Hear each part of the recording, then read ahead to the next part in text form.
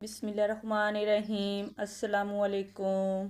उम्मीद करनी आ सारे मेरे बहन भाई ठीक हो सो। आज मैं अपने बहन भाइयों नाल बड़ी हेल्दी रेसिपी शेयर करे सा। ये वाली रेसिपी बनाने वास्ते बोल च मैं 2 अंडे शामिल कर लई सा। बिस्मिल्लाहिर्रहमानिर्रहीम। तुस चाहो तो इत्थे ज़्यादा भी अंडे इस्तेमाल कर सकते हो। मैं 2 अंडे इस्तेमाल कर रही हाँ। नाल दे नाल काली मिर्च भी शामिल कर लई सा, नमक भी शामिल कर लई सा। हुण मैं अंडियां दे नाल मसाले नूं चंगी तरह मिक्स कर लई सा। ये अज वाली रेसिपी इतनी हेल्दी है पई। ये वाली रेसिपी एक बारी घर जरूर ट्राई करिए, इंशाल्लाह बड़ी मज़ेदार रेसिपी है पई। सारे मेरे बहन भाई खाना पसंद करे सन। फ्राई पैन में 2 चम्मच घी दे शामिल कर लई सा। जी गर्म हो गई सी तो मैं फ्राई पैन में अंडे वाला बैटर शामिल कर लई सा। बिस्मिल्लाहिर्रहमानिर्रहीम। नाल दे नाल अंडे दे उत्ते एक ब्रेड भी रख लई सा। नाल दे नाल मैं एक ब्रेड भी अंडे दे उत्ते शामिल कर लई सा।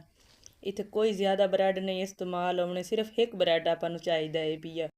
इतनी मज़ेदार ये रेसिपी बनसी इंशाल्लाह। अंडे सैंडविच दी एक बारी घर च रेसिपी ज़रूर ट्राई करिया है। मैंने कमेंट करके दसिया है कि अंडे सैंडविच दी रेसिपी मेरे बहन भाइयों नूं किहो जेही लगी है। इंशाल्लाह मैं अपने बहन भाइयों नूं कमेंट दा जवाब दे सा। हुण मैं अंडे सैंडविच दी साइड पलट लई सा। ये वाला काम बड़े आराम नाल हो वैंदा है पिया, कोई मुश्किल नहीं, आसानी नाल काम हो वैंदा है पिया। अगर आप कोई भी काम करिए ना तो सच्चे दिल नाल करना चाहिए, मन ला के काम करना चाहिए। फिर अल्लाह भी मदद करेंदा है कि मेरा इंसान सच्चे दिल नाल काम कर रहा है, मन ला के काम कर रहा है, फिर अल्लाह भी मदद करेंदा है पिया। ते इंशाल्लाह अल्लाह पाक सारे मेरे बहन भाइयों की दिली ख्वाहिश पूरी करे। उन्हां दे दिल विच जो ख्वाहिशात हैं अल्लाह पाक उन्हां दी पूरी। हुण मैं ब्रेड दे उत्ते चारे च फिर अंडे नूं फोल्ड कर लई सा। कितनी आसानी नाल फोल्ड होगी अंडा उत्ते ब्रेड दे उत्ते। हुण मैं हल्का जिहा ब्रेड नूं पका लई सा, ज़्यादा नहीं पका लवणा है पिया।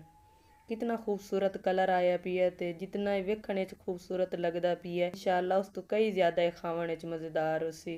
अल्लाह पाक तुहानूं अपने हिफ्ज़ो ईमान च रखे। अगली वीडियो च मुलाकात होसी। अल्लाह हाफिज़।